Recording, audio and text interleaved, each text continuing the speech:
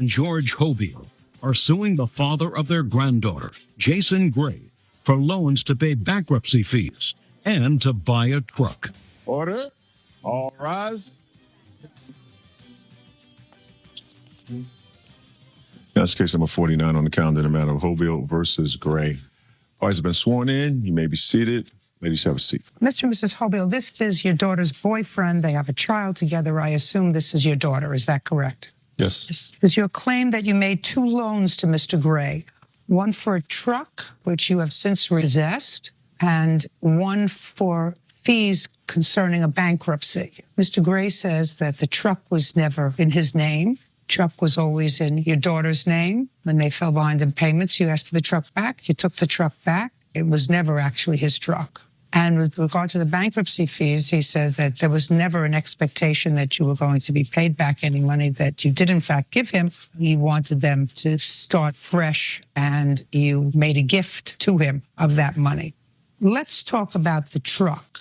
In whose name was the truck titled? Truck was titled in my daughter's name, Jennifer Marie Hobiel. My husband and I were the lien. If it was Mr. Gray's truck, why wasn't it titled in his name? He owed DMV fees, and there was all kinds of problems that he had. He had marital problems. He had bankruptcy problems. The problems that he had, he could not put the truck in his name. Had he filed for bankruptcy before he got the truck? No, he had not, ma'am. Okay, Jason, let's come back to you. Listen to me. You got the truck. At the same time, your girlfriend got a car. Yes. And both of those came from her parents. Yes. Because I read the papers and I put 2 and 2 together. So you drove the truck. Yes, sometimes. Most of the time I did. Don't play with me. I'm not playing with you. Everybody drove that truck. Who's everybody? She did. Her ex-husband did. Everybody drove that truck. He drove it. I wasn't the only one that drove it. What kind of work did you do? I did tree work at the time. And how did you get to work? I either had the company truck or I drove that truck. What company gave you their truck to take It was home? my brother's company. What company gave you a truck to take home? Name of the company. Gray's Tree. And if I called your brother right now, would he say to me that he allowed you, while you were working for him, to take his truck home Yes. on a regular basis? Yes. He would? He would. Really? Yeah, really. Okay. We may try him later. Now, you want to tell me about the bankruptcy fees that you claim to have loaned him? When was that? It was May of 2008.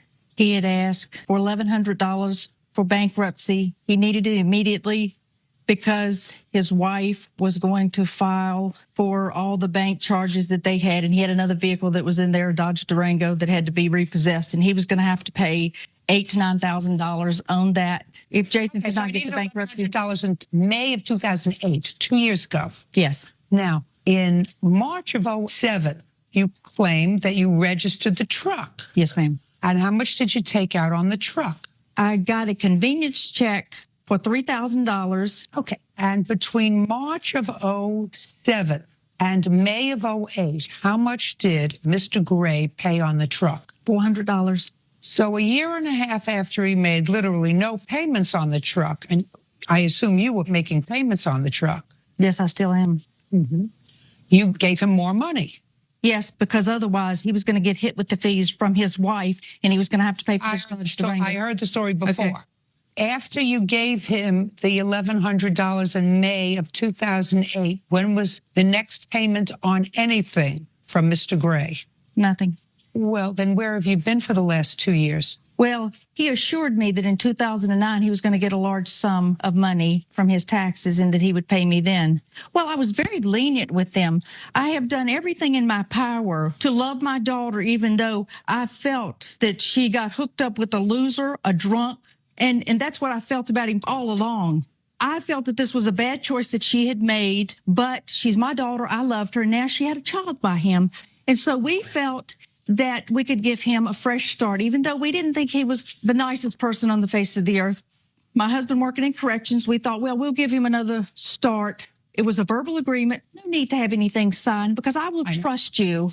And I did. And they faithfully said, he's very manipulative. He paid nothing. He paid nothing. Ms. Hublin, he paid nothing. He paid nothing. Listen. He said nothing. He made no arrangements. Every time I kindly said, could you please come over and let's talk about this? What do we need to talk about? He feels he's entitled to this, that this was given as a gift. I wouldn't give him anything as a gift because I never liked him.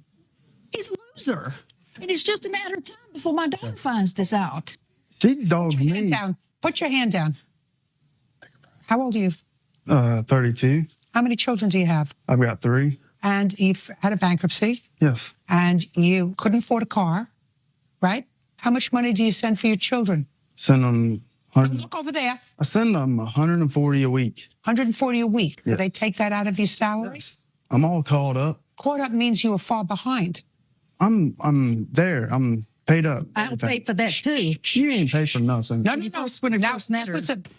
Did I let you speak? I understand where it's at. apologize. No, I understand where it's at. I got it. Now, when you had the truck, When she had the truck. did you take the truck off-road? Yeah, it was a woods truck. I had to take it off. Listen to me. Listen to me. If you can answer my questions with a yes or a no, answer it. I took it off road. And you took it off-road for, put your hands down at your sides. She's right.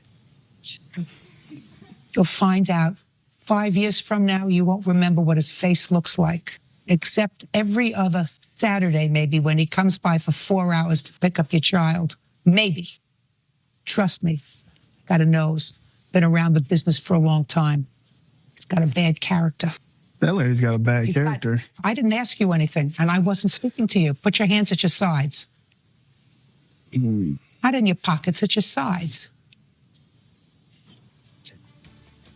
Judge Judy continues in a moment. You made some bad choices. Well, yes, I'm not going to say Jason's perfect. And, neither one of us are perfect. Listen, none of them are perfect. Right. Real cases, real people. Judge Judy. Wanda and George Hoviel claim the father of their granddaughter, Jason Gray, owes for 2 loans. Jason says he never agreed to pay the money back. Okay, Jason. They really tried to help you. I read the papers. They really tried to help you, not because of you, but because they cared about their daughter. And she's a grown-up woman, so she made a choice, and you were the choice. And they felt as if they didn't want to lose their child. So sometimes you have to embrace someone who's marginal. Put your hands down. Who's marginal. That would be you. And I actually don't think, based upon what she says, that after a period of time, they had a legitimate expectation, especially since you hadn't paid for the truck, that when she bailed you out on the bankruptcy to the tune of $1,100, that she had an expectation that she was going to be paid. She didn't have a legitimate expectation that she was going to be paid because she hadn't gotten paid from a year and a half before. That doesn't make you less a loser, Mr. Gray. And I really just wanted your girlfriend to know that you have one mother, you have one father. Were you married before? Yes. When you got married, did you think it was going to last? No. So you got married thinking that it was going to be temporary. Don't give me answers that you think are going to make you look good, because they're going to make you look stupid. No, I knew it wasn't going to last. I did it for my son. And it was what was right to do. And when did it become not right? When he had an affair on me. So what did you do? Him and his girlfriend lived in my house while I raised my son. And then they moved out and I was stuck there with my son. That sounds like a very sick arrangement. Yes, it was. Well, it sounds like somebody who really needs a great deal of therapy or treatment who would live under that circumstance. Yes. Yeah. We've been in it our whole life. I'm not going to deny that. I mean, it's been family therapy since we were 5. That sounds like somebody's trying. Well, yeah, we all have. And I just wanted to give you just, Is he in therapy? No, I don't need no therapy. just please stop, okay? Really, I know the way you think about him and whatever his character is. I'm not going to say one way or another, but I do want to just give you really what this boils down to comes between my parents and me. When I was 15, my was in and out of rehabs for drug use. And so they didn't want that to happen to me. So I wasn't allowed to do anything. I ran away. I stayed gone for a year. And that's when I went with my ex-husband. When I came back, when I was caught and brought in front of the judge, my parents wanted to give me up to social services and wanted me to sign me over to the state because, well, I don't know. They said that they couldn't handle me.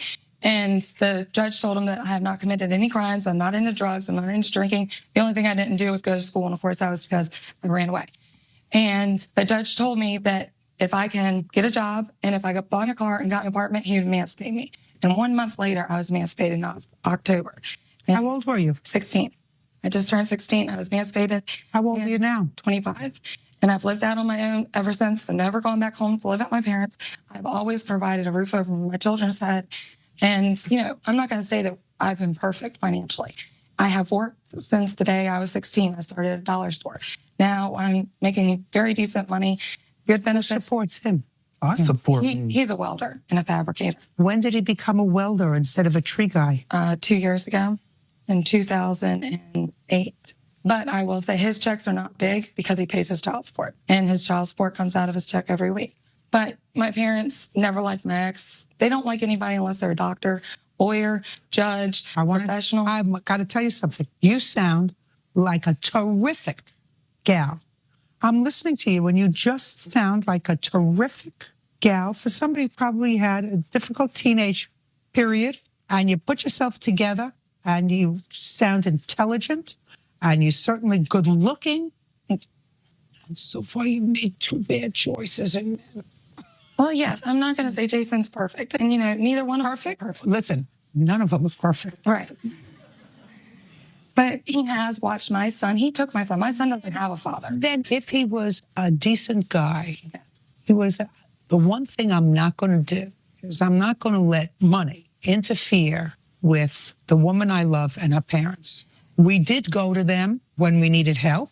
They were there to help.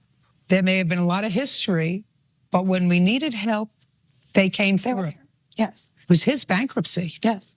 not yours, not theirs. He screwed up. If he were a man, he would say, I'm not going to allow this amount of money to interfere with that relationship. If they have other issues, I don't want their issues to be about me. You're correct. Great. And I said to you, I'm looking at you and you look like a great gal who doesn't have to settle. Judge Judy continues in a moment. My children, I got it. they want to know why they can't get emails with me. You know, they want to know why they can't get spots. That's absolutely so sad. Real cases, real people. Judge Judy. Wanda and George Hoville claim the father of their granddaughter, Jason Gray, owes for 2 loans. Jason says he never agreed to pay the money back. You know, sometimes it's better to be alone. Sometimes it's better to be alone. He is a great father. I mean, I go to school full He's a time. great father. Then he'd want his children to have affection of grandparents that he evidently went over to when he needed money. He needed $1,100. You have a brother, Alan, the tree surgeon. Did he give you $1,100 that He's you going needed? to, but No. Did he give it to you? no. He's related to you by blood. You're not even married to her.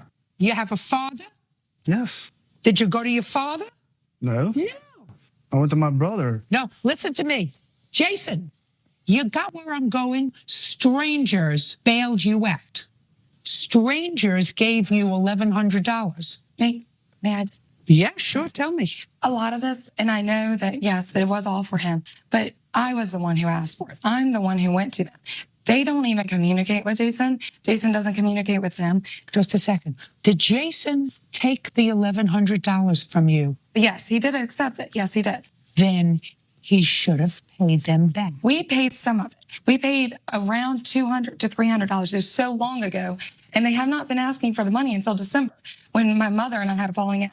The What did you reason have a falling out with your mother about? we had a falling out because my mother likes to control all of her kids' lives, and she does. And I sort of know that. I understand that. well, my mother wants those years that we didn't have when I was younger because my took so much of it. And so my mom wants those years back.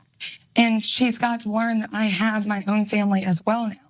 And my children, I barely see because I work so much and I go to school full time. I've got my associate's degree and now I'm working on my bachelor's. So over the past 5 years, that's what I've been doing. And my mom, when I'm in her life, she wants the phone call every day. She wants me to answer her phone every day. On the weekends, she wants me to come by. She's asking for time with me, and that's understandable. She's my mother. But my children are not allowed to come. She does not call my children. She did not call my children on their birthday. She will see my children maybe 3 times a year. And that is not by my choice. My children used to ask about Pops. Pops used to take him up on the mountain, and he's not allowed to do it. So she wants to see you. Well, yes, but my children, I got it. They want to know why they can't get emails with me. They want to know why they can't get see Pops. My children does not even call my parents Meemaw and Pops anymore. My son the other day seen my vehicle out at the parking lot for sale. My son told his daughter that is my mom's car now. He doesn't even call her Meemaw. Well, that's absolutely so sad. It's absolutely so sad because I have a sense that there's lots of misunderstanding between you and your mother. Now, your father, he looks as if he just wants everybody to be happy. Out of it. He's my teddy bear, and I love him. But there looks like there's lots of unhappiness. It's a lack of communication. Listen to me. The only thing is, if there's a lack of communication between you, eventually it'll work itself out. You see the arms crossed? Yeah. He doesn't care. Actually, he doesn't care that, aside from the fact No, I that care. I just want to say something. if you cared and if they said, listen, we feel foolish, we gave you this money and we would like to have it back, then you would say, listen, I don't want that to interfere, because I actually don't think that they had an expectation of being paid back. So I'm not granting them a judgment. And that means that despite the fact that I'm not crazy about you, you won. Judge Judy continues in a moment. Are you in a family dispute? Go to judgejudy.com or call 1-888-800-JUDY. Okay, Jason. You can win or you can lose. And if you want to live with a happy woman and somebody who's been through a lot but sounds to me like a great gal, works hard, supports her children, because you don't support them. You support, no, you don't. You support your other 2 children and maybe yourself. But as she says, his checks aren't very big because they take out his child the support. bills. Yes, but he does provide them with love. I mean, my son calls Just a second. Yeah. You could die of starvation on love. Yeah. I'm talking about supporting them. You support them. And not only do you support them, according to what you tell me, which I believe, but you also say, listen, I want to get my degree. I want to move my life forward in a different direction. All sounds great. All sounds terrific. And we can never go back to the past. If there was a child that took a great deal of attention, sometimes that happens, whether it's somebody who's physically sick, who has MS or MD or has cancer. Sometimes, a drug addiction takes more emotional fortitude very often than a physiological illness. So I'm sure that if they had to do it all over again, they may have allocated their time a little bit better. But that's history. And when you were in trouble and you needed something, they were there for you. So try to work it out. Are you the other daughter? Yeah. Yeah. You get There in the middle. For just a everything. second. You get along with your parents? Yeah, I do. Get along with your sister? It's been rocky because of everything going on, but I try and maintain at least somewhat of a relationship to see my niece and nephew. And do you? Yes, I do. Good. I'm glad. Goodbye. Parties are excused when they step out. Judge Judy continues in a moment. And on the next Judge Judy, Johnny Rogers is suing the father of his girlfriend's children, Donnell Little, for making a false report to Child Protective Services and for handing out defamatory flyers to his neighbors. Order. All rise. Yeah, it's case number 35 on the calendar in the matter of Rogers versus Little. Thank you. You're welcome, Judge. Parties have been sworn in. You may be seated. Ma'am, have a seat, please. Mr. Rogers, this is your girlfriend, I assume. Yes, ma'am. And your girlfriend has 2 children. 3, Your Honor. Well, 2 of them are his children. Yes. How long have you and this young lady been together? About 18 months. And you live together? Yes. It is your claim that Mr. Little filed maliciously a false child protective complaint against you. Yes. And in addition, he put up some flyers around the area. He didn't put them up. He handed them out. Or handed them out. And what they did was to describe a prior, I assume, criminal conviction that you have. Yes, ma'am. Mr. Little says he was legitimately concerned for his children and he had an absolute right to file the Child Protective Services complaint. That's what the case is about. Yes. You acknowledge that you called Child Protective Services. Yes, ma'am. You're going to tell me why. I called because. Look at me. Don't look there. Okay. Look at me. All right. How you doing? Don't ask me how I'm doing. I'm doing fine. I'm sorry. I called because she dropped my sons off to me. She came to the door and my son was full of feces. How old is he? He's 6. Did you ask him what happened? Yeah, he said, I told mommy I had to go to the bathroom. She told me to hold it. And he couldn't. Okay. Keep going. I asked him, I took him and put him in the tub. Took him and you cleaned him up. Yes, but she didn't have no bag for him, like no clothes, like spending the night because they stayed till Sunday. So it's like, why would you bring them over and you don't have no clothes for them? Well, when is your normal visitation, Mr. Little? His visitations each and every other weekend because I do music, so sometimes I don't have Okay, time. so you have visits every other weekend for the weekend. Yes, Why don't you have clothes at your house? I do. Fine. So you changed them. Yeah. So she didn't have to bring clothes for him to spend the night. You have clothes in your house. So he had an accident. Yeah. Keep going. I'm listening. Okay, so this is not the only time CPS been involved. Okay. I'm asking you, what were the things that happened that caused you to call Child Protective Service beside the accident? Besides the that he had? accident, they come dirty. Their clothes is dirty. Their socks look like they had them on for 2 weeks. Keep going. I bathe them. The dirt in the tub is like they played in mud all day. And then I'm asking her why my kids have to come here dirty. Outside clothes supposed to be dirty. Not your Keep going. You want me to keep going? Keep going. I want you to tell me what caused you to call Child Protective Services. Oh, because of that. He was dirty. They filled of this and dirty and everything. So you called because your children were dirty. Yes. And because he had had an accident in his pants because his mother wouldn't pull over or take him to a bathroom. Yes. Why didn't you go and file for custody of your children? I'm going to join. No, not I'm going to. No. I'm, as we speak now, process. Because I haven't seen my son. When did you call Child Protective Services? December. When did you file for custody? In January. And what's the status of that case? They didn't call us yet to come to court or whatever yet. And you went in and filed what kind of a petition? I filled out first the violation because I haven't seen my son in a month. Just a second. You saw your sons December of 2009. Okay. What kind of petition did you file in January 2010? First you told me custody, then you said violate. Violation that she violated for not letting me see them. When was the last time you saw them? A month ago. So you saw them in January. No, I haven't been seeing my son. I be on the road a lot. I see them if they outside, stop by like going outside, not them coming over spending the night. What do you mean you've been on the road a lot, Mr. Little? Shows, I do shows, musician. Mm-hmm.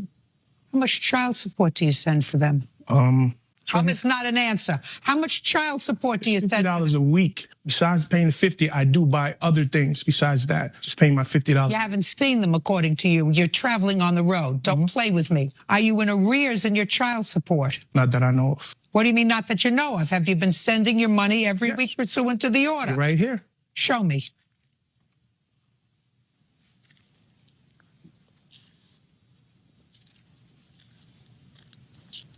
Take this back. I'm not interested in this. I'm not interested in this. This is what fathers do for their children. I assume that those are receipts for clothes and things that you bought. Yes, ma'am. I'm not interested in that. Okay.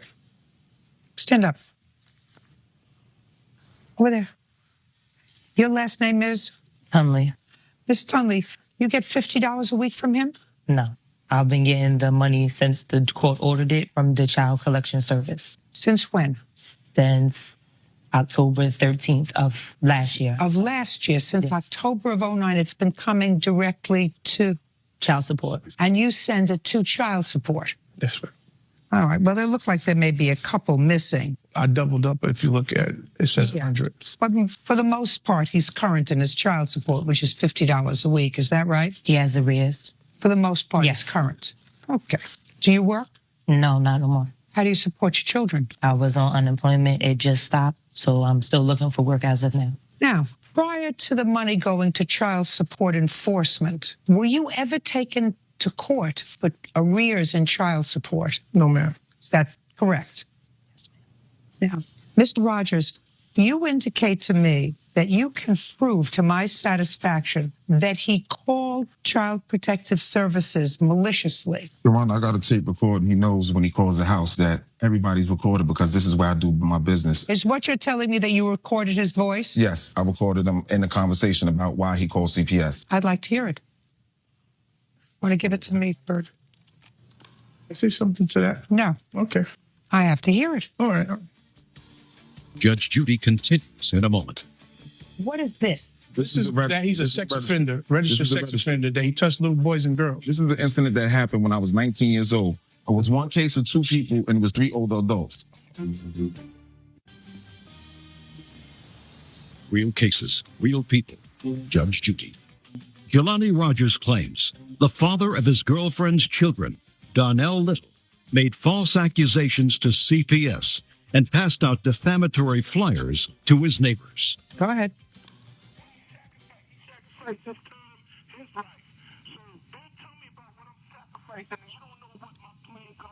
You made me a part of it when you first CPS.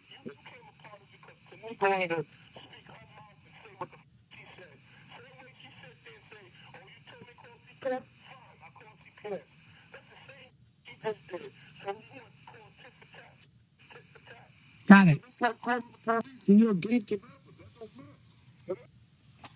Is that it? Yes, ma'am. What did she do to you, Mr. Little? First of all, What did she do to you, Mr. Little? they called my mother. My mother called me in because he claimed to my mother that, oh, I don't want to have no problem with your son. My mother called me. I told my mother I didn't want to speak to him. My family said, just speak to him because he's saying he don't want no problems. So if you notice that it just jumped into an argument, that's because he was already saying stuff to me. And I'm telling him, as a man, you're sitting there telling me about calling CPS. And I'm telling him, well, as a man, you would call CPS too if your kid came the way my That's kid not came what to you me. said there. What you said there was it's tit for tat. She called your mother, and you're calling CPS was, according to you, tit for tat. Not tit for tat. That's what you said. I said tit for tat for what are you talking about? Your Honor, he's saying it's tit for tat because the argument that they had before October 13th, them going to court for child support. Prior to this child support, he's never paid child support. I've been with her for 18 months. Sure. And Is that true? Because I only have it dating back till October. So the question was, have you ever been taken to court for child support? No, they just started taking me to court in October. Have you been paying child support? I've been paying child support for my kids before child support even ordered me to How child much? support. It was, like I said, it was $50. That's what they ordered me. But before then, it was $250, $200, $100 apiece. It was So why are you only paying $50 now? because because he's the liar. the reason I'm paying. If you were paying $250, Mr. Little, why am I are you paying only 50 paying now? $50 now? Because when I went to child support, they asked me, what do I have to show? I proved all my receipts. On top of that, I have bank statements, but I have CDs for my kids for when they get older. It's money in the bank account for them. So it's right. I've been paying what I'm supposed to have been paying. So, the judge looked at it and was like, well, Ms. Tunley, he is doing what he's supposed to do. Way before. Tax returns last year? No, ma'am. Why not? Because I didn't get a chance to. What about the year before? What about the year before? No. Okay. Now I'd like to see the complaint that was sent to Child Protective Services about you. What I have here. I have to see what he said about it. Okay, this is the only letter that they sent us. They don't never give us the full complaint, but this is I the have letter. to see. Listen, Mr. Rogers, that's part of the complaint. I can't help you. If he said to Child Protective Services, listen, my girlfriend doesn't keep the children clean and she caused my son to have an accident in his pants, well, that would be true. If he said something about you, There it is right here. then I'd like to see it. And here's the unfounded letter to that too. And I have the paper from they sent me. I'd like to see it.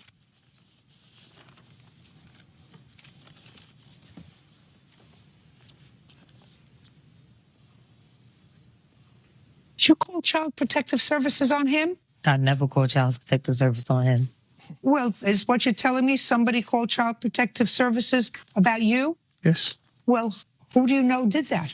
No. How do you know that? She says she didn't. Did you? I didn't. I don't know what this is about, sir. All I know is he was made the subject of a report that you acknowledge that you called in. Mm-hmm.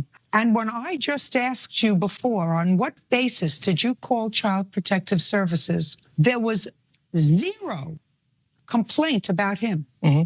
which means you had no basis to call Child Protective Services about him. Listen, they called me back when they found that he lived there, because if you look, this was a different address that where he lived at than the address that he has now. And when they called me, they asked me, do I know anybody who's supposed to be staying there? And I'm like, yeah, that's the guy. I had this. I just pulled this off from the school, because the school found out what he is and what he does. I don't know what you're talking about. Excuse me, Your Honor. First of all, he knew about this, what he's trying to say, in the summertime. What is this? This is that he's a sex offender, registered sex offender, that he touched little boys and girls. He was going around just what he said. He was going around. This is the incident that happened when I was 19 years old. I made a mistake at 19. Twice. I apologize for Twice. it. It wasn't twice. It was one case. It was one case with two people, and it was 3 older adults. Judge Judy continues in a moment. I think they're all scamming the system one way or another. And I think there's a certain psychology that I'm seeing that's going on and that's making me very uncomfortable. Real cases, real people. Judge Judy. Jelani Rogers says the father of his girlfriend's children, Donnell Little, owes for making false accusations to CPS and for defaming his character. How old are you now? I'm 30, about to be 31 next month. Is this the last time you were arrested? No, it wasn't. I got arrested on an unrelated fighting charge 3 years after that. Other than that, I haven't been in trouble in like 6 to 7 years, right? I'm no longer on parole. I don't have any restrictions, anything. Because if I had any restrictions, I wouldn't be able to live right across the street from the kid's school. But if you look on it, address, it's not the same. Your Honor, I have proof that I now have joint custody of my kids. If I was a pedophile like he said I was. My concern, Mr. Little. My concern is about my boys. No. If you were concerned about your boys, sir, you wouldn't be on the road. If you were concerned... That's the way I make a living. The federal government doesn't know about that, sir. We understand each other? If you're concerned about your boys living with him and living with her, find a job in Yonkers and get custody of your children and stay in Yonkers and raise your children. But you only care about them when you're not on the road. No, you can't tell me I don't care Oh, about my kids. No. If I thought somebody was harming my children, I guarantee you I wouldn't be on the road. If I thought my children were being molested or not cared for, I would have been in the courthouse, sir, last summer. I am in the courthouse. No. You can't tell me what I'm fighting my kids for. Like, you know. You're not fighting for your kids. You can say everybody has a lawyer. As right now? As right now, as we speak. No, Mr. ma'am. Little. Since you don't pay taxes and you paid practically nothing in child support, then you should have enough money to have a lawyer to file an order to show cause alleging that your children are at risk and you want immediate custody. Well, if the you court, haven't seen him in a month. Ma'am, if the court, it's a violation for her. I haven't seen my son because of her. That's what I said to you. you, If I'm walking up the hill and you're not following me, Mr. Little. But if I know you're used to being in control. No, it's not me being in control, but you're telling me you're like, oh, because they told you to pay less. It's not my fault. I was paying more before I was paying less. She chose to take me to court because they feel that I was making so much millions of dollars or whatever, you know what I mean? So they wanted to take me to child support then, because before I wasn't going to child support. She was getting everything for my sons as I gave it. After he with no problem. They figured they seen a video, they seen a CD that came out. Oh, he got millions. Now let's take him to child support and try to get more money. It didn't happen that way because the bank statements and everything for my kids spoke for itself. So if the judge sit there and like, well, he's doing his things, tell me, and they asked her that she wanted it. Just a little. Listen to me very carefully. Yes. I'm 10 times ahead of you, sir. Okay. If you've got bank statements with you as custodians or in joint accounts for your children, whose social security number did you use to open the accounts? Nice. Yeah. Because then the federal government would take it if they knew that you were earning money and didn't file tax returns. That's what people do when they live in this country. If they make a video and they're making money, they file tax returns. The label I'm signed to or whatever. They did their paperwork with that, with the filing and everything. Mm-hmm. Everybody files taxes that earns money on April 15th of every year, Mr. Little. And my fault with you lies in the fact that I listened to the tape and you said that's what happens It's tit for tat. You heard a part when we was arguing back. I heard what you said. Okay, you didn't hear the whole tape. He wouldn't play the whole tape. Why? You know what I mean? They called my mother house to speak to me. Actually, I didn't want to speak to them. What does that have to do with Child Protective Services? Because he's talking to me. We talking to the man. He's like Child Protective. I like, dog, I call Child Protective because of this. Because of what? Because one, I don't want you around my kids. But you knew, sir. You knew about these convictions during the summer. No, 2009. not in the summer. Well, when did you find out? December. The same time with the CPS. Your Honor. In December. Your Honor. Yes. The day of his kid's birthday was his August 9th. He came up there and confronted me about why did I say that I wasn't taking care of my kids. I asked him, why was he going around passing out flyers? He knew that matter of fact, it was the last week in July. He knew that from July on to the birthday party, 3 weeks, all this drama was happening because he was passing out flyers. It stated in your Facebook when you came on it. When were you notified, sir, that someone had made a complaint about you to Child Protective Services? In December. And who did you think did it? I know who. Okay. Who did you think did it? This Tully and Mr. Rogers. How many other children do you have? I have a daughter. With whom? With my baby mother. With my other baby mother. Have you ever been in court with the mother of your daughter? No, ma'am. Do you support her? Yes, ma'am. How much? a lot. He lives there. Sit down. Judge Judy continues in a moment. Want justice? Go to judgejudy.com or call 1-888-800-JUDY. How much? Whatever my baby moms tell me that she needs this for my daughter. She needs pictures. She needs this or that, whatever. I think that you called Child Protective Services on him out of spite. Oh, man. But I also think that you probably all deserve each other. I think that you probably use Child Protective Services as a weapon. This is not the first time. I think that you all use Child Protective Services as a weapon, and I think you're all scamming the system one way or another. He works, he's not supposed to live there. You get public housing, you get food stamps, all of which you didn't tell me. You also get unemployment insurance, that's what you told me. You haven't paid taxes in years. There's a certain psychology that I'm seeing that's going on and that's making me very uncomfortable. So there's no question in my mind, Mr. Little, that you called on this one occasion, Child Protective Services, on Mr. Rogers out of spite, as you say, tit for tat. But I'm not sure that you were the only one who did it. So on your complaint, Mr. Rogers, I'm awarding you $500, not $5,000. Do you understand? Yes. That's all. Excuse me, you may step down, sir. Ma'am, wait here. Judge Judy continues in a moment.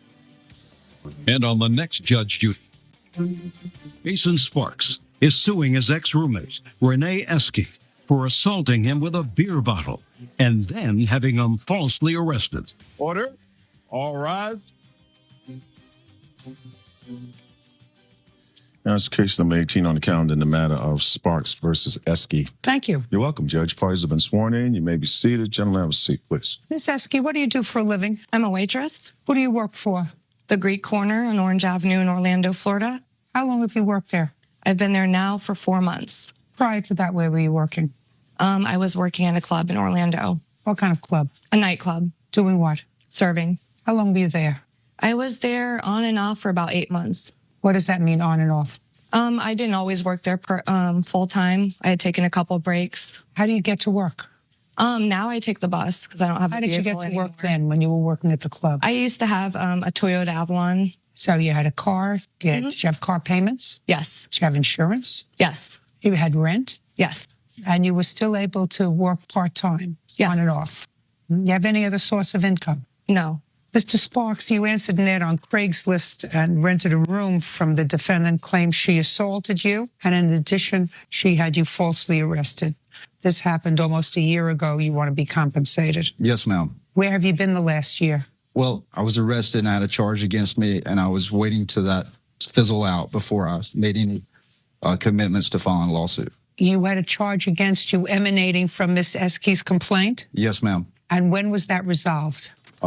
It was resolved December the 8th, 2009. Can I see the complaint that she filed against you, just so that I have the information, and then you can start from the beginning? Yes, ma'am. While you're looking for it, you want to tell me when you answered this ad on Craigslist? I actually answered the Craigslist ad in the 1st of September. Where were you working in Orlando at the time? I work as a subcontractor painter. I've been working for the same company for going on 9 years. Okay. I'll just take, if you have a copy of the police report. I do have a copy of a police report. That was the night in question that I was attacked. The police came to the hospital when I was admitted. Let's go back for a second. Okay. All right, so you took the room eventually, and when did you move in? September the 16th, I believe it was, Your Honor. Okay. I was very impressed with the place. Tell me about the assault. On September the 27th, I was taking a nap. I'm a football guy, so Sundays I dedicate my life to watching football on Sundays. So I was in my room watching television, watching football, and at some point I dozed off and I fell asleep. Around 2:30 that afternoon, Renee come into my room and grabbed me by my shoulder and started cursing me, calling me names and asking me what happened to her money. You stole my money. You stole my money. She then proceeded to go to my closet, pull out a bunch of clothes, start ransacking my room, picked up a belt, which I had a buckle on it, and she started beating me with the buckle, beating me hard with the buckle. Her witness was there. I'm not really sure what role he was playing, and it was happening so fast. I got around him, and I went outside. Renee and her witness came outside a couple of minutes later. I saw them drive off the property, and I went to a friend's house. 4, 5, 6 hours later, I came back to the apartment. No one was there. Went to my room. And the reason I went back to the apartment is because I had paid my rent. I had really nowhere else to go. I had put all my money into this. I come back, like I said, Sunday evening. No one was there. I got up Monday morning. I had a huge bruise on my arm. I had to work. I don't never miss a day of work, ever. Went to work with Bobby. Came home that evening. No one was there. About 8:30, Renee comes in. I'm in my room. I pretty much just stayed in my room the whole time I was there, either there or out on the balcony overlooking the swimming pool. It was kind of comfort zone for me. But at this point, I was in my room, and Renee knocked on the door several times. I told her I did not want to speak with her. She persisted on knocking on my door. She wanted to resolve it. So I gave her the benefit of the doubt, and I walked outside on the balcony and spoke with Renee and her witness as well. About 5 minutes as we were in the conversation discussing. Tell me about the conversation. The conversation was basically like she was sorry. She was apologetic. She didn't think that I took any money from her. She had went out. She was drinking. I blew it off. I didn't know really how to react. I was really shocked on how someone could do something like that. Just the facts. Okay. Just the facts. Well, we had the conversation. The conversation lasted no more than about 4 or 5 minutes. Someone rang the doorbell. Renee and her witness got up, went to the door. I'm still out on the balcony. A gentleman walks in the apartment with these gloves on, like sort of like a motorcycle glove type. I can only see him through the sliding glass door. They three proceed to her room, and they don't come out of her bedroom for 3, 4, 5 minutes. I started getting an eerie feeling. I felt really weird. I had a terrible feeling about the whole situation. So I said, okay, I'm going to make my way to my bedroom and just leave it at that and stay there. I just had a bad feeling about it. I got the bad feeling. About 5 or 10 minutes later, there was a banging on my door. I heard her witness call my name. I then said, I don't want to talk. I don't understand what's going on. Within seconds, the gentleman with the motorcycle gloves busts into my room, has me cornered, takes 3 swings at me. He misses. I don't know how he missed. Call me Rocky Balboa. But I dodged him, and I got around him. Her witness was standing behind him. I got past him. I went into the foyer. As soon as I got into the foyer, Renee was standing there, and she threw a beer bottle. It shattered on the corner of the baseboard right there, striking me in the foot. I must have maybe stepped on glass on my way out, called 911, had a neighbor call 911. You have that report as well? I have the 911 entries. I'd like to see it. Judge Judy continues in a moment. He went to his closet and got a metal pipe out of the closet. He goes, I don't hit women, but this pipe does. And he was swinging it like this into his hands. I ran to my room, locked the door. Real cases, real people. Judge Judy. Jason Sparks says ex-roommate Renee Esky assaulted him during an argument and then had him falsely arrested. Renee claims Jason attacked her with a metal pipe. Now, when did you first, Miss XT, tell Mr. Sparks that you didn't want him to smoke in the house? It was about the third day. I had gone to talk to him, and the room smelled like cigarette smoke. Okay, so he came in on September 16th, and by the 19th, you realized he was smoking in the house, and you went in to have a discussion with him about smoking. He tried to deny it. Just a second. Okay. Sorry, Your Honor. I want you to tell me what you said to him and what he said to you about the smoking. I told him that it was a non-smoking house, and we had already discussed that, and if you wanted to smoke, you can go out on the balcony. So I didn't see any reason to be smoking in the room. And He he tried to said to say you- that he wasn't smoking. The next day, I pulled up in my car, and he was actually like in the window blowing smoke out the window. And when he saw me, he ducked back into the window. Okay, so what did you tell him then? Well, when I knocked on his door, he was immediately very aggressive, was like, leave me the F alone, and I paid my money and I can do whatever I want here. And I said, well, no, that's not true. This is my place and I'm renting a room and it's a non-smoking house. I mean, if you don't like it, then after your time is up, you can find somewhere else to live. Well, the next day I went to work and I came home and he had casually asked me, how was my day at work? And I had said it was a rough day and my feet hurt. Well, he made a motion to rub my feet. Like he actually touched my foot and was like, I could rub them. I gave him a look and I was like, okay, there is nothing like that going to go on here. This is nonsense. She didn't interrupt you. Don't interrupt her. Yes. Roommate situation. And I just figured, since there was no other advance and he shook his head yes, and we had an understanding. But it was after that, the next morning, I had like $150 missing from my wallet.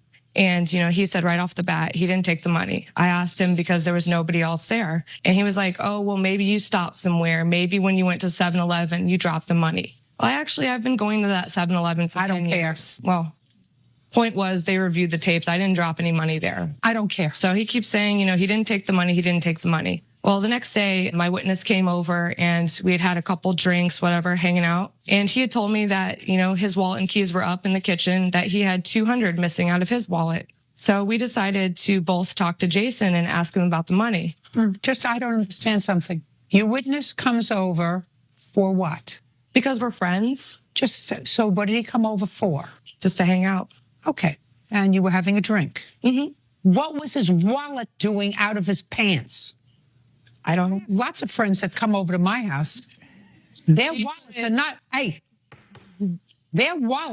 out of their pants. The only one who takes their wallet out in my house and puts it on a table is my husband. So I don't believe your witness that he had his wallet out and $200 was missing unless he sleeps over and his wallet was somewhere in the house. Do we understand each other? Yes. Because it doesn't make sense. And if it doesn't make sense, it's not true. We understand each other? Your Honor, that's exactly what had happened. Well, that's not what she said. Well, That's not what she said. I hadn't gotten to that part. He did stay on the couch. Just a second. That's not what you said, sir. That's exactly what happened, is that I stayed the night because she was fearing for her life from what he had accosted her with, from some of the statements that he had made that were not true. Stand up, sir. Right now, what's your last name? Cropper. Mr. Cropper, up until this point, he hasn't said anything to her. They haven't had any altercation at all. And the baloney about touching her feet is just that because it's not in her answer. The only thing that she said to him was, my money is missing. And he said, I didn't take it. That was it. Okay, so, Your Honor, after that had happened, he offered for her to go into his room and look and see if the money was there. He also had his wallet on the bed while he was giving her the opportunity to look at everything. She picked up the wallet to go look at that. That's when he grabbed her finger and twisted it back at that time. She called me into the room. And I didn't see that. Yes, you did. Yes, I did. You just said she called you back into the room. How could you have seen what he did to her finger if you were outside the room? She called me into the room. You just I was standing at the doorway. You just said to me, sir, it's never going to get better, Mr. Cropper. Okay. Do you understand? I understand. Are you looking at me and telling me you saw him twist her finger? Is that what you're telling me? Be very careful what you're telling me, Mr. Cropper. Are you telling me you saw him twist her finger? Yes, I did. She was sitting on the bed looking through the wallet. When he grabbed her finger and her thumb, and twisted it back, that's when she called out, Freddie's got my finger, and started crying out. I went in the room and grabbed him by his shoulders. That's where his bruise came from. Where were you? I was right at the doorway of his room. I wasn't inside his room. Doing at the doorway of his room, Mr. Crocker. When we confronted him about the money, Jason said, feel free to search anything in the room. I didn't enter into the I room. looked through everything. He only had a problem when I got to the wallet because he's standing there in the doorway too watching. Who's standing in the doorway? They were both standing there watching me search. I didn't find anything when I got to the wallet. Ma'am, I was actually These two. asleep taking a nap. No, he And she busted into my room and picked me No. up by my shoulder, and he was right behind her. She went to my closet, started ransacking my room. She took my stereo, picked it up, slammed That's it, not took my true. alarm clock, smashed it across my television, and it is very true. My witness seen the damages that happened to my room. I took him my alarm clock that she dismangled across my Well, the television. television set is one thing, an alarm clock is something Well, I else. understand. We don't have anything in here. Damaged several of his music CDs and sunglasses. Yes. Well, all of a sudden that got a little worse just now. Judge Judy continues in a moment. I actually spoke to law enforcement to see how I could get him out, and they told me I would have to have him legally evicted. Ma'am, Listen, don't interrupt her again, because now we're getting to the good part. Real cases, real people. Judge Judy. Jason Sparks is accusing his former roommate, Renee Esky, of attacking him with a beer bottle and then having him falsely arrested. Okay. When, Mr. Cropper, for the first time, did the defendant tell you she wanted the plaintiff out of her house because of his smoking? From my recollection, it was after. It was never because of the smoking that I can remember. That was one of the reasons. The main reason was the pipe. That's not what I asked you, Mr. Cropper. You know what? My main problem wasn't the fact of just the smoking itself. Like I said, there was a problem actually before I told you. When I knocked on the door and I confronted him the second time about the smoking, that's when he had told you, oh, I can do whatever the F I want. Right. It was the attitude about it that I had the problem with. Listen, I don't disagree with you. It's your house, and if you made an agreement with him that there was no smoking inside the house, you can enforce that rule and tell him if you're going to smoke, this is not going to work. Right. Do you understand? I agree with that. Mm-hmm. I don't agree with you trying to get him out of your house because of that and utilizing some other reason to get him out of the house. And you got a lot of money in your wallet for somebody who's not working and who has no visible source of income except a part-time waitressing job, which is what you told me you had. That's a lot of cash that you had in your house. That was all the money I made that night, and it was gone. And then when I had a friend, and he did stay over on the couch, and he's saying when his wallet and keys were out there on the counter, the next day he said his money and his wallet was missing. That's why we both confronted him. After you told him that your money was missing, leave his wallet out on the counter. He's coming over to sleep over because you've told him that the person who lives in your house is a thief and stole money out of your wallet. Why would he leave his money out on the counter in his wallet? That doesn't make sense to me. Okay, let me see your hospital report, please, of the second incident that involved the glass. Okay. Want to tell me, Miss Exie, what happened with the glass bottle? The second incident with the bottle, he's over again, and there's a third person over. Who's the third person? The third person is named David, and David is a friend of Fred's. Jason. Anybody drinking? Yes. Go ahead. Jason had opened up the sliding door. You know, this is after our incident, and he had an attitude. And he actually said that he cooked some food and used the B word. He's like, I cooked some food. B word.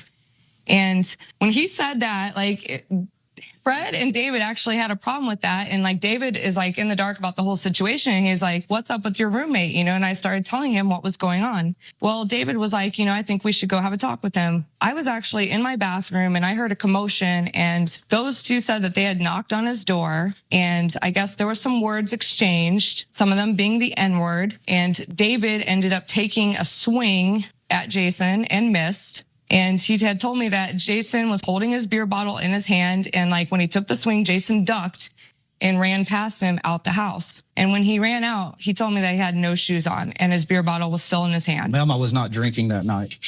He was drinking. I don't drink during the week. Yeah, so were you. I drink. So were you. So was he. And so was your other friend. I have a feeling this was a house that I would not want to live in. Judge Judy continues in a moment. Are you the victim of an assault?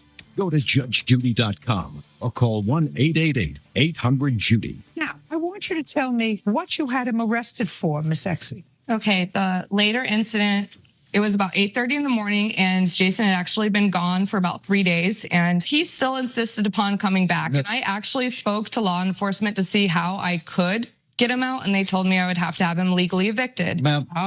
Listen, Okay. don't interrupt her again, because now we're getting to the good part. Yes, ma'am. Okay, so he came back after 3 days. He came back, and like I had actually talked to my... Okay. He came back after 3 days, and he had fully paid for the month. Yes. Okay. And like, you called the police and said, I don't want him here. And the police said, hey, 10 steps ahead of you. And the police says to you, you're going to have to formally evict him. He has the right to be here. Yes. Next. Well, they had told me it could be a long process. And it could be a long process. When I told him about it, he said, you know, I know my rights. And he said, go ahead, try to make me. And like what I didn't understand was after all this stuff, if he feels so threatened, all this is going on, why did he keep coming? I asked you why you had him arrested. At 8:30 in the morning, he comes in the apartment and he's like, things are going to happen my way from now on. He's like, if I see any of your, and he said, N-word friends, he's like, this is what I'm going to do. He went to his closet and got a metal pipe out of the closet. And he was like, if you don't start doing things my way, he goes, I don't hit women, but this pipe does. And he was taking the pipe and he was swinging it like this into his hands. As soon as he did that, because he was right up in my face, I was like, this is crazy. I took out my cell phone. I told him I was calling the police. I ran to my room, locked the door. I want to see your complaint. May I say something, Your Honor? No, not yet.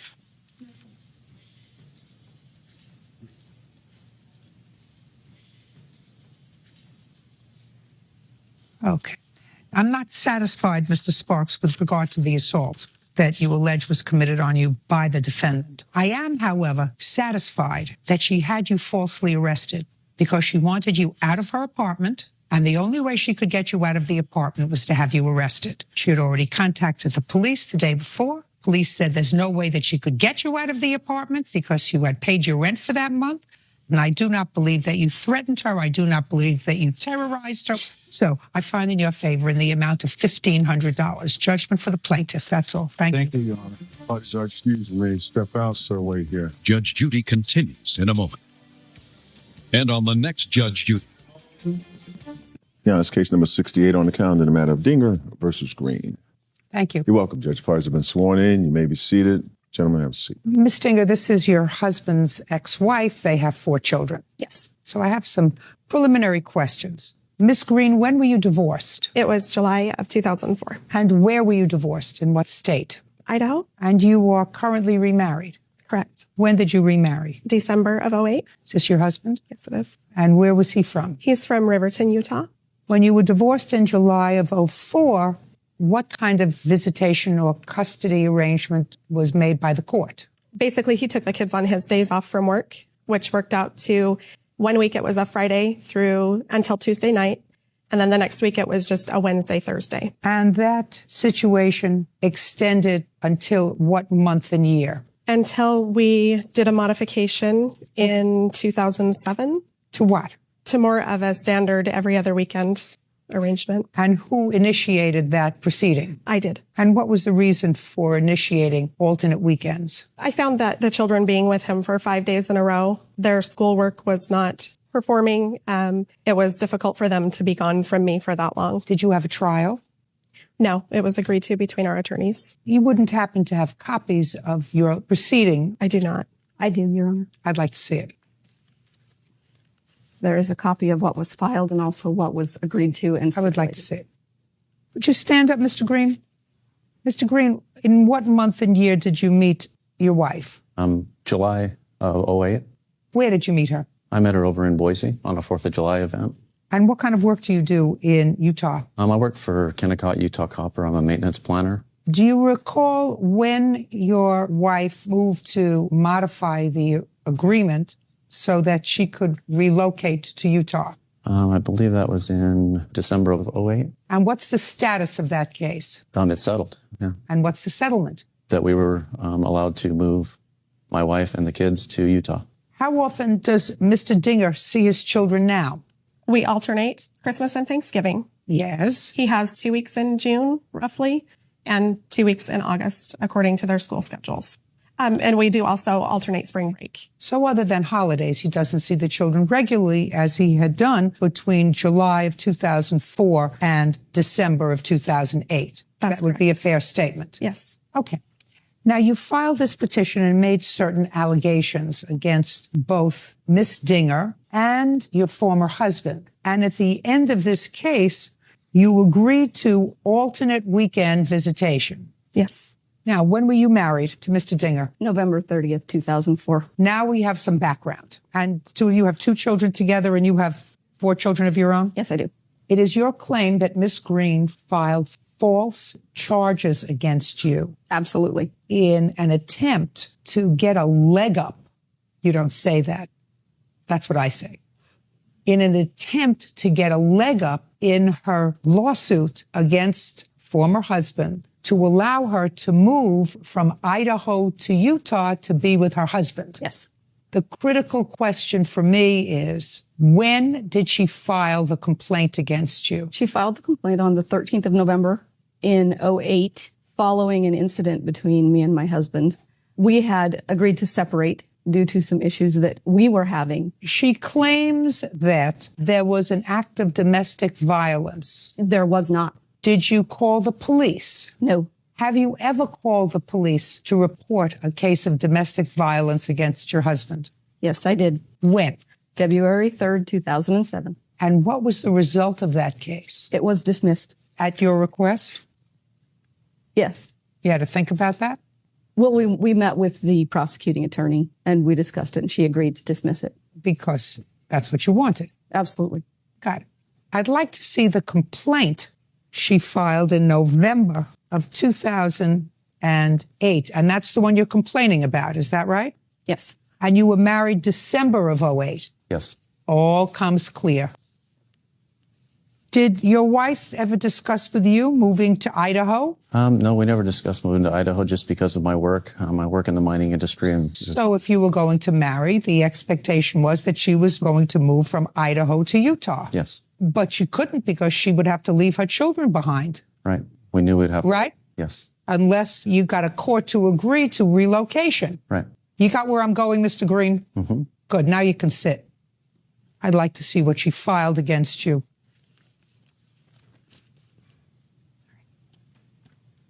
I've got the complaint as well that I filed with the court. I'd like to see it. You would agree with me that your timing was serendipitous, madam. You know what that means?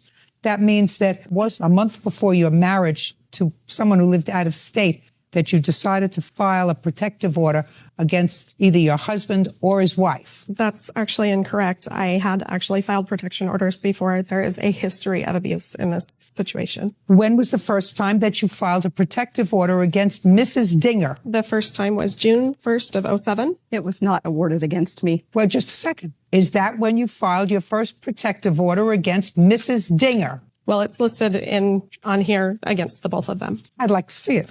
And that was in June. June of 2007.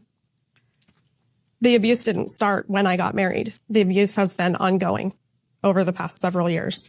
You'll notice she filed application. Well, this says the respondent is Donald Dinger.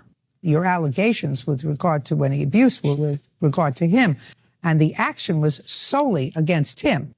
And after you filed that, you agreed to have your children visit with their father every other weekend. Correct. And according to your statement to me earlier, you said you did that because the children didn't want to be away from you for 5 days straight. It interrupted their schooling. That's what you told me. Correct. Okay, now you can return this. Can I say something on that particular issue? No. Okay. Judge Judy continues in a moment. I've also got a police report from November 14th of 2008 when Tammy duct taped my daughter's head. I did. I placed a piece of duct tape over her mouth. Why? Tamby Dinger says her husband's ex-wife, Tiana Green, falsely accused her of abusing her child. Tiana claims Tamby duct taped her daughter's mouth. She is countersuing for legal fees and punitive damages. Okay, Ms. Dinger, was there a call from Child Protective Services by a school counselor?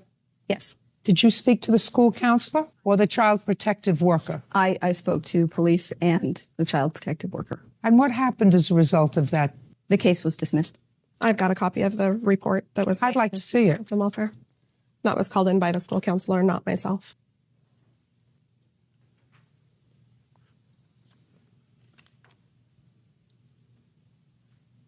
Oh, well, my dear Miss Dinger, this says that the school official saw fingernail marks on the child's face. That's what it says. Yes, I've seen it. It was called in by the school. It wasn't called, it was observed by someone at the school. It's not the first time the child has made similar allegations. At one point in our home, she was sucking on her arm to give herself a hickey, which would turn out to look like a bruise, and informed her younger sister at the time, I'm going to tell the school counselor tomorrow that Tamby did this to me.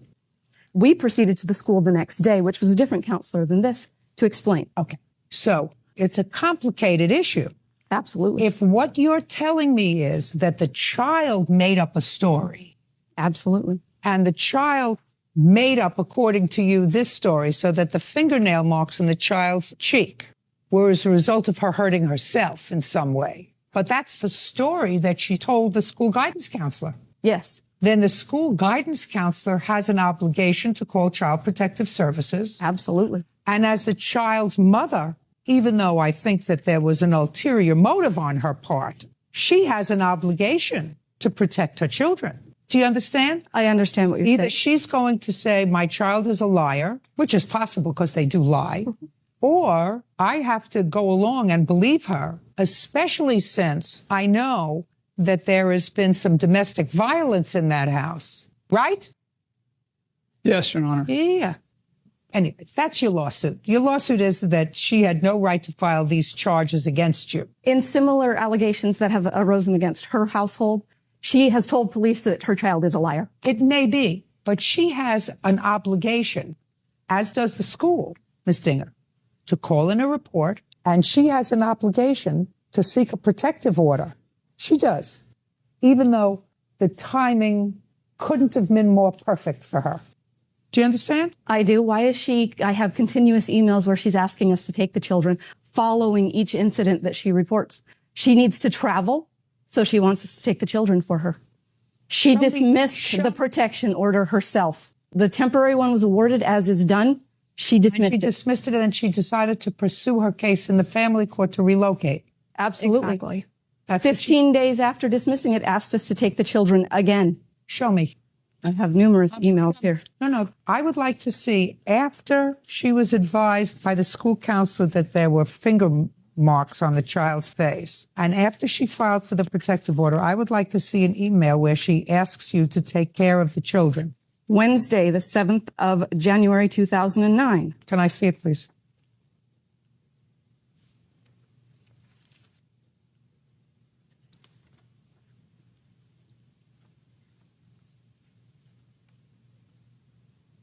Would you tell me what these emails are about? We have gone solely to email communication, so I would have to see them to see. Show this to Ms. Green. Email communication that was supposed to be between their father and I. Which are often addressed to me. I just want you to explain that to me. She's in the meeting. Looks like we were just, the fact is that the visitation had to occur. I couldn't get around that at that point. So it looks like here, I would like to keep this weekend the same. I'm flying to Salt Lake City. Once we had agreed that he would allow me to move with the children to Salt Lake, he quit taking them on his weekends. And so that's what this was. Can I have that back, please? And then I've also got a police report from November 14th of 2008 when Tammy duct taped my daughter's head. It's not November 4th, 2008. She's incorrect. I'm sorry, January 7th of 2008. And she's also stating it incorrectly. Well, tell me what you did. First of all, it was... No, just tell me what you did. I did. I placed a piece of duct tape over her mouth, about a 3-inch. Why? 3.5 hours of violence. She woke up in the morning screaming and yelling, violently acting out towards her 3 younger siblings. How old is she? At the time, in 2008, she would have been 10. She has a history of issues. I called her father when she was out of control prior to the duct tape. And where was he? He was at work. Well, duct taping her mouth closed is inappropriate, Miss Dinger. Absolutely. It just didn't happen quite that way.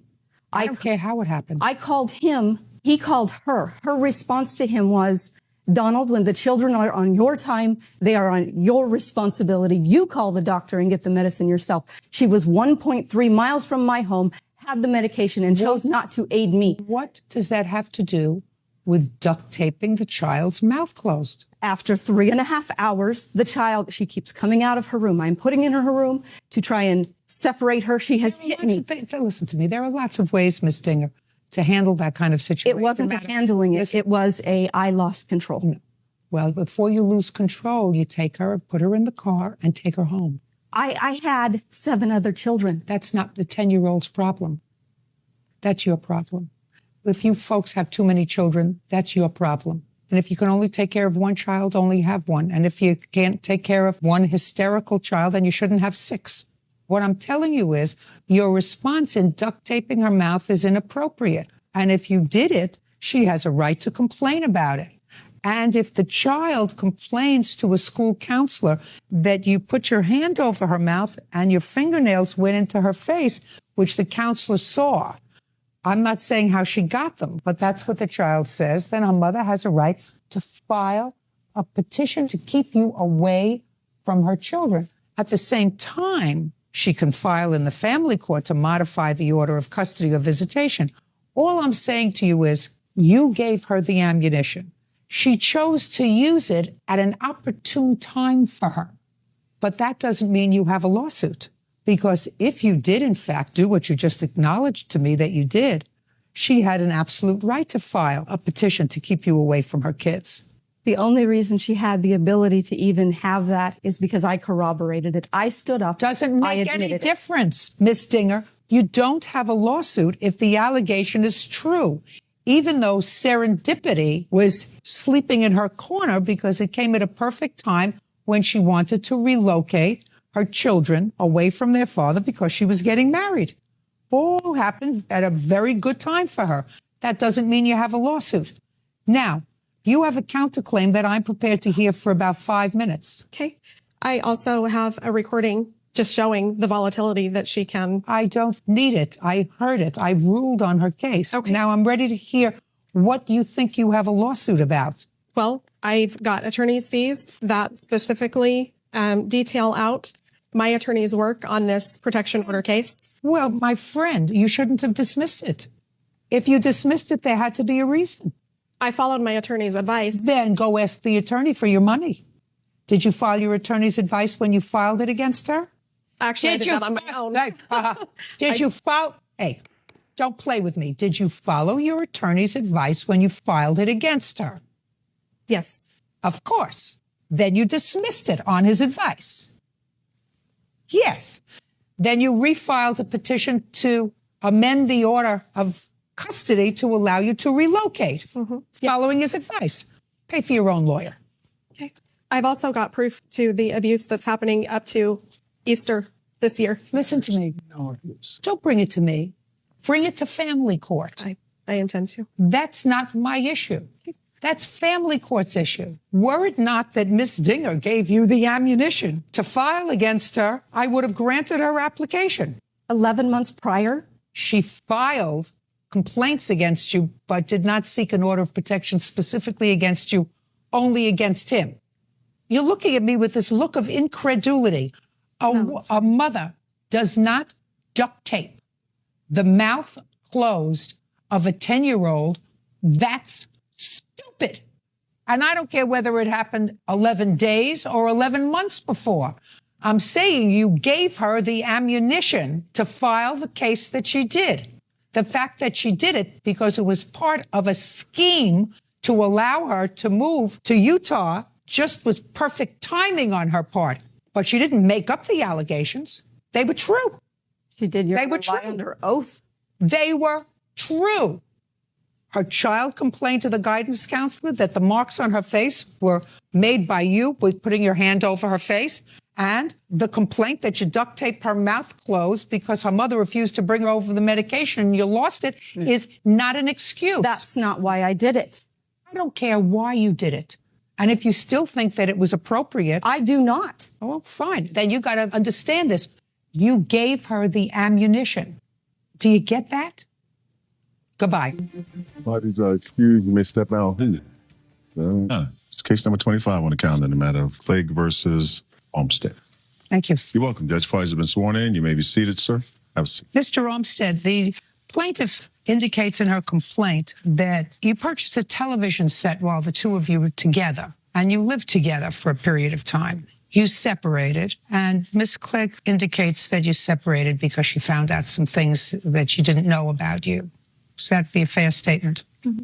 You have the television set. The payments for that television set was still outstanding when she left. It was some $1,200 left.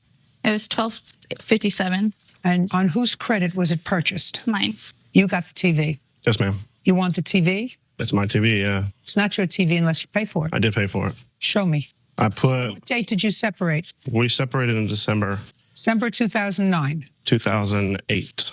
Okay. After December of 2008, she says that when you separated, there was $1,257 still owing. There was only $1,000 owed on it, and I transferred that money into her account in January. 2 transactions from my account to her account for $500 each a transaction. She didn't pay it off in time. Then the interest kicked in. There's 2 transactions. There's one on the first day. There's actually 3 transactions to her account equaling $1,500.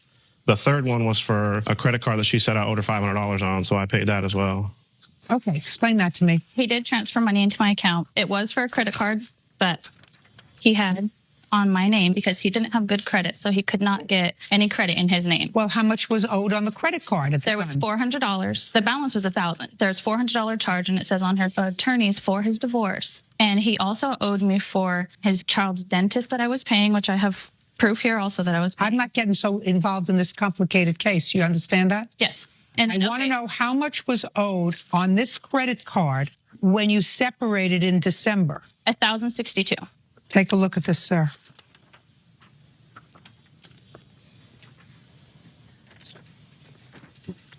All that one is The only thing on this that I owe was $400, and I paid her $500. $404. She paid my retainer for my attorney for my divorce with this credit card. Okay. How much? She paid $400. Yes. I paid her $500 for the interest. So I transferred $500. There's 3 transactions there of $500 apiece. And so what you're telling me is none of those other transactions on that credit card are yours. I mean, no. Look carefully. That's only 1 month statement. That's dinner. I wasn't trying to get for that credit card. I was just saying some of it. She asked me. No. Listen to me, Miss Clegg, very carefully.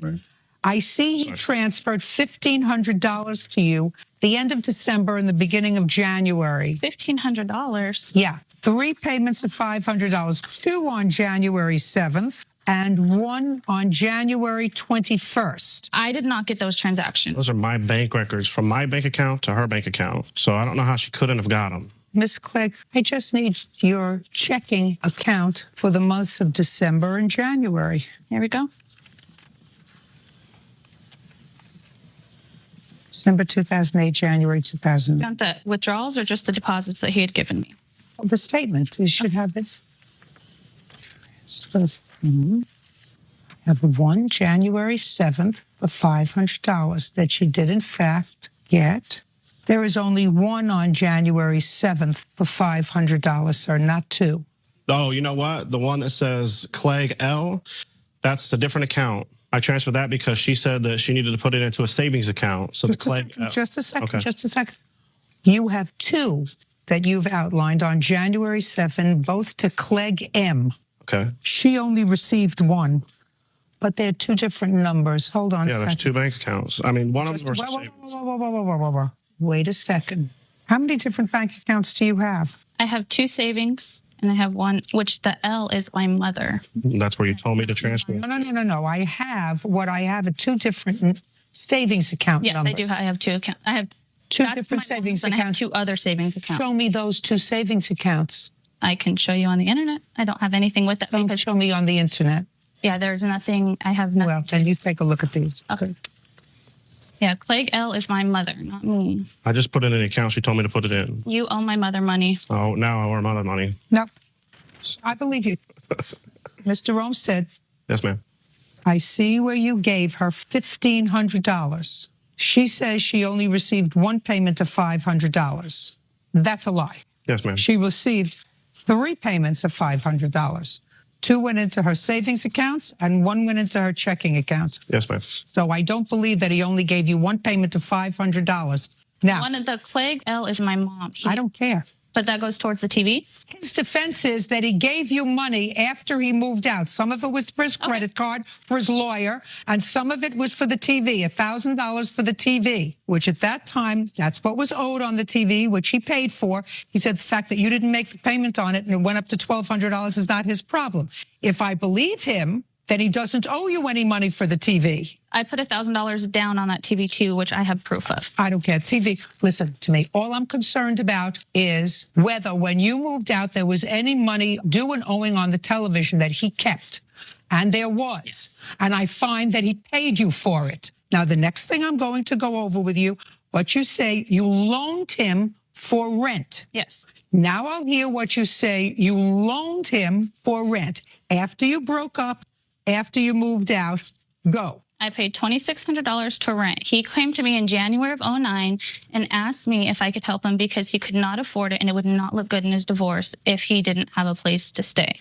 So I paid in January 2nd, I believe it is, I paid $995, which he was planning on paying me after his divorce. And just a minute, put your hand down. I saw it. Didn't you see me looking at you? Well, I was just making sure you saw me. I couldn't miss it. Judge Judy continues in a moment.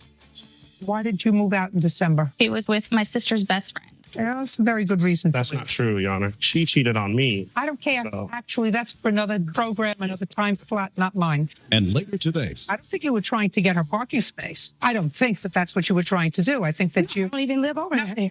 Only one attitude here, and that's mine. Real cases, real people. Judge Judy. Melanie Clegg claims ex-boyfriend Newell Olmsted owes for rent and a television. Newell claims he's already paid his debt. Now, first show me proof that you gave him $2,600. Here's that 1, 2, 3.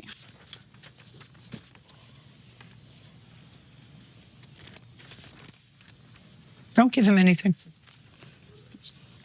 What are you showing me here? The withdrawals out of the account were the rent for his house. That's a Wells Fargo account. It goes into a Bank of America account. And I had cash so that it wasn't the exact same amount every single month because I was... Did she give you any money towards rent? She didn't give me any money. She paid, I mean, yes, she did go pay the rent for us. When? January, February, March. But she received half the rent from him. So I don't know why she pulled up $900. January, February, March. Now, she was not living with you then. She moved out in December. Just stuck us with everything. Just moved out. And who were you living with at that time? He moved in, or he decided to stay to help me with the rent since she moved out. Was this apartment in both your names or just your name? It was just in my name, but we lived there together, yes. Did you move in together or did she? December, yes. We moved in together in December of 2008, and she moved out in December of 2008. Where had you been living before? We had a house that we rented for a year. The lease was up. We wanted to get into a cheaper place, so we got into a place that was $300 less a month. When you lived in the house, were you sharing expenses? Yes. And why did you move out in December? Because he was with my sister's best friend. Yeah, that's a very good reason. That's not true, Your Honor. Even if she thinks it, it's a very good reason. It is true, but the reason we split up is because she cheated on me. I don't care. Actually, that's for another program, another time slot, not mine. Okay. Actually, care about that. All I want to know is she moved out, the lease is in solely your name. Yes. And would you tell me why she paid any of the rent for January, February, and March? She was helping me out, like she said. I didn't have... She was helping you? Yes. Why, if she was furious with you, because that's what she says, she was furious with you. I didn't say she was furious. Why? She says. She says she's furious. I didn't. Why? No. Listen to me. Yes, ma'am. Okay. Why would somebody who is furious with you, she says she was furious with you, give you money? That baffles me. I wouldn't give you a penny. I wouldn't either. Because she found out about him being together with her friend. Listen, go get your 15 minutes someplace else, but don't shout out here. I'm not trying to get 15 minutes. I'm just trying to state facts. I don't want you to state anything unless I ask you to. I raised my hand earlier and I didn't get a turn.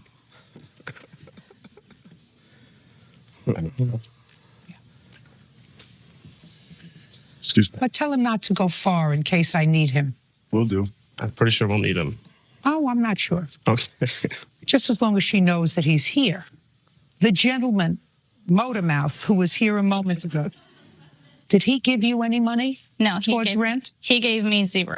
You never got any money from him? From him, no. If it came from his account, I don't know where the money came from. Did you get any money? That $500 that I put on there that says Tim's half of rent on that page, yes, that's the $500 of Tim's half of rent. Who is Tim? Motormouth. Motormouth. Yes. Okay. So you got that money. That's it. Well, that's what I'm asking you. So you got $500 of the 26 that you gave him, which means you're out $2,100. If that's what, you're out $2,100. Ask you something? Is that going towards the TV? Forget the TV. The TV's over. I've already made a judgment on the If you're TV. counting that $500 transferred from his account that you see out of Newell Olmstead's account into my account, the $500. I thought it was from him. It's at a Newell Olmstead's account. Oh, well, you can't use that same $500, Mr. Olmstead, 10 times.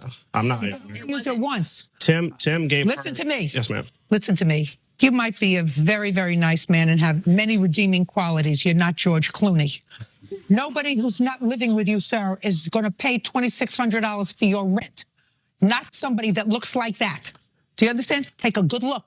Somebody that looks like that is not going to pay $2,600 for your rent after she's already broken up with you. I agree. But that's what she did. No, she did not.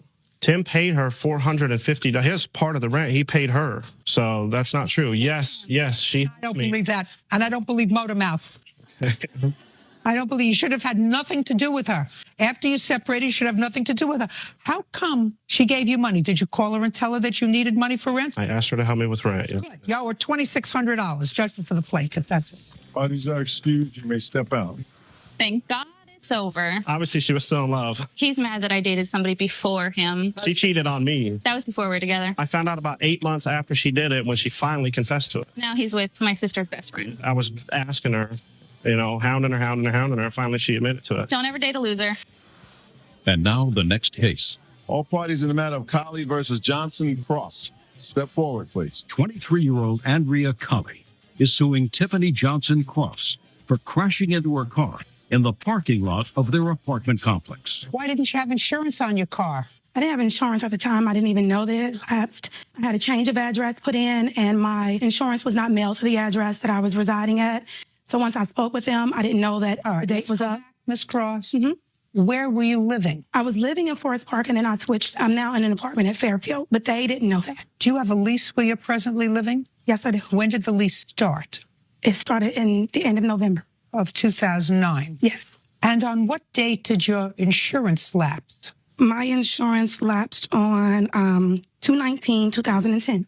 Go over there and show me where the accident happened, because each of you claimed that the other caused the accident that we're talking about, and this was in your building. Go over and show me what you were doing. Judge Judy continues in a moment. You hit her car with the front of your car. I didn't hit the middle of her car. I hit the front of her passenger side. Perfect. That's exactly what I said. Real cases, real people. Judge Judy. Andrea Colley claims neighbor Tiffany Johnson Cross ran into her car in the parking lot of their complex. Tiffany says it was Andrea who ran into her. Okay, go ahead. Basically, I was driving. I was driving. She was behind you. Yes. And she acknowledges she was behind you, because I read your answer. Yes. You were behind her. Go ahead. I was driving down. I was trying to turn right into my parking spot. Do you have assigned parking? No. So you go where there is an open spot? Yes, ma'am. Okay, go ahead. I was turning right into my parking spot when she tried to go around me to the right, and which led her to hitting my passenger door and fender. So she went around you on the right? Yes, ma'am. And where those lines are, I assume there were these lines? Empty spaces? Yes, ma'am. Okay. Now, you can step back. Now you go over Miss Cross and show me your version of what happened. You're behind her. Yes, I was behind Miss Colley, and she turned to the left. These spaces here were full. It was 9:30 at night. There were no spaces right here. She turned to park to the left. I proceeded to go past her because she did a complete left turn. When I proceeded to pass her, Miss Coley, I guess she may have saw another space and she wrapped back around to the right and she hit me. I'd like to see pictures of the car.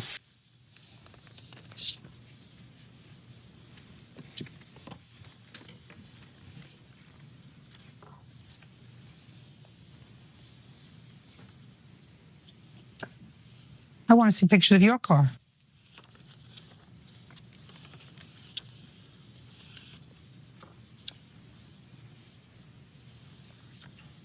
You hit her. She didn't hit you. No, the damage to my car was more than that, but because of the apartment place we live in. I'm looking at her car. You hit her car with the front of your car. No, the damage is actually on the side. If you look at the other pictures, it's actually on the side of my vehicle, and that's on the corner. It's not in the front.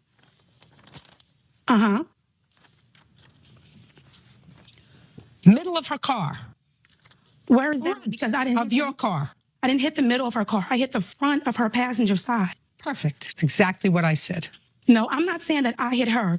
What I'm saying is that's where our cars collided. Listen, Miss Cross. Yes. I know exactly what happened. And you had no insurance. Did you ask her to report the accident a couple of days later so that you could have your insurance reinstated? No, I did not. You didn't? And it wasn't because I didn't have insurance. At the time, I didn't know that it had lapsed until I called to talk to my insurance company, and then that's when they told me. I immediately reinstated my insurance. Go I did ahead, not Miss hit Coley. her car. She hit me. Go ahead, Miss Coley. No, you hit her.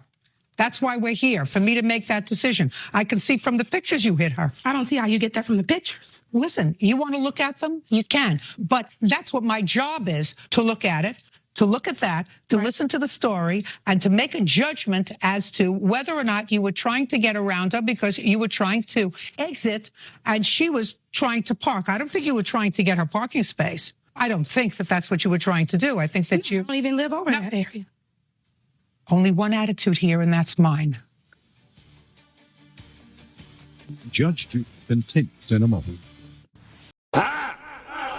नहीं बच रहा था बच्चा कायदे आजम की दादी के यहाँ 11 हुए और मर गए क्या क्या बोला तूने 12 को जिंदा रहना था नहीं पहले क्या बोला नहीं बच रहा था बच्चा कायदे आजम की दादी के यहाँ 11 हुए और मर गए चल चल चलो जाके इलाज करो अपना ये अच्छी बात नहीं है ये इंसाफ और अदल नहीं है 12वें को जिंदा रहना था तो 11 मारे अल्लाह ने सच बोलो सच बोलो सच बोलो सच बोलो सच बोलो मैं नहीं बताऊंगा बुलाओ ना जरदारी ने पुत्र आप इतने बेगैरत हो ये बातें बताई नहीं जाती नजर लग जाती है दादी परेशान पड़ोसन ने कहा क्या परेशानी है बचेगा बच्चा जुलझना आए तो उसके घुटने के सामने सजदा कर लेना तू सब तो बड़ा जलील है कायनात है अब ये तो किसी किताब में नहीं लिखा कि सुम है वहां सड़क पे जाके पेशानी रख देना और कहना मुझे जिंदा बेटा चाहिए तेरा बाप यहाँ छोड़कर गया था कि तेरी अब ये तो किसी किताब में नहीं लिखा और जिंदा रख अंग्रेज ने लिखी है कायदे आजम की ज़बान हयात उसमें से तर्जुमा करके अखबार जंग ने अखबार जहां में कायदे आजम एडिशन में हर साल ये वाकया दे देता है 2 चीजें हर साल जंग में छपती हैं एक ये वाकया कि दादी ने जुलझना से का बेटा दे नहीं चाहिए रखो अपना सर्टिफिकेट तुझे तो मार दिया था अब तू फिर आ गया कायदे आजम के अब्बा पैदा हुए बंबई में नाम रखा अम्मा ने पड़ोसन ने कहा क्या नाम रखा बच्चे का कहा जिसने दिया उसी नाम पे रख दिया सच बोलो सच बोलो सच बोलो सच बोलो सच बोलो नहीं मुझे मजाक नहीं उड़वाना अपनी चीज का मैं नहीं बताऊंगा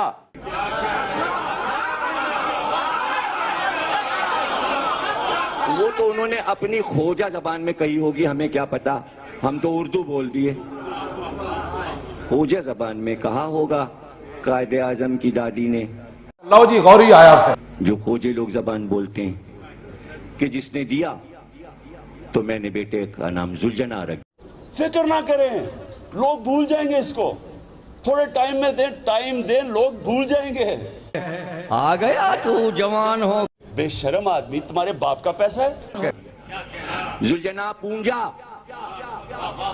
पूंजा जात, नाम जुलजना। अब वो बड़े हुए, फिर उनकी भी शादी हुई, फिर कायदे आजम पैदा हुए, मोहम्मद अली जिन्ना।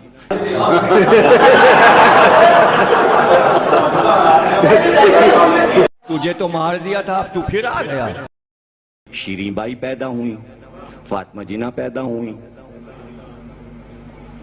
तो फिर जुल निकल गया, लंबा नाम हो रहा था, जीना रह गया। बुलाओ ना जरदारी ने पुत्र, मैं आपका जीना हराम कर दूंगा। यही तो जुर्म है ना मेरा, यही तो जुर्म है ना मेरा। साढ़े कोल नुस्खा मौजूद है। यही तो कयामत है। हाँ जी, तू सब तो बड़ा जलील है। क्यों जी? हाँ, अजल्लुल अजाले तू। हाँ, जलीला तो भी तू बड़ा जलील है। ये तो होगा।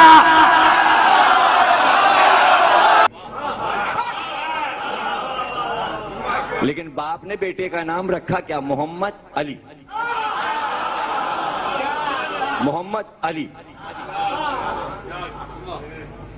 जिन्ना, जिन्ना इसे के जुलजना ने दिया। अब एक बात कहते हैं, जिन्होंने जंग लड़ी, मात कर दिया अंग्रेजों को, फिर कांग्रेस से लड़े और पाकिस्तान बना के रहे। पाकिस्तान बना लिया, मुसलमान आ गए। अब मैं फिर वहां से शुरू करता हूं। कायदे आजम की दादी के यहाँ 11 बेटे मर गए। कहने के छत से गिरा और मर गया, मर गया। इंतकाम मैं एक लात मारकर आपका हुकूमत खत्म कर दूंगा। तुझे तो मार दिया था, अब तू फिर आ गया। आप इतने बेगैरत हो, इतने बेगैरत हो। ये बातें बताई नहीं जाती, नजर लग जाती है।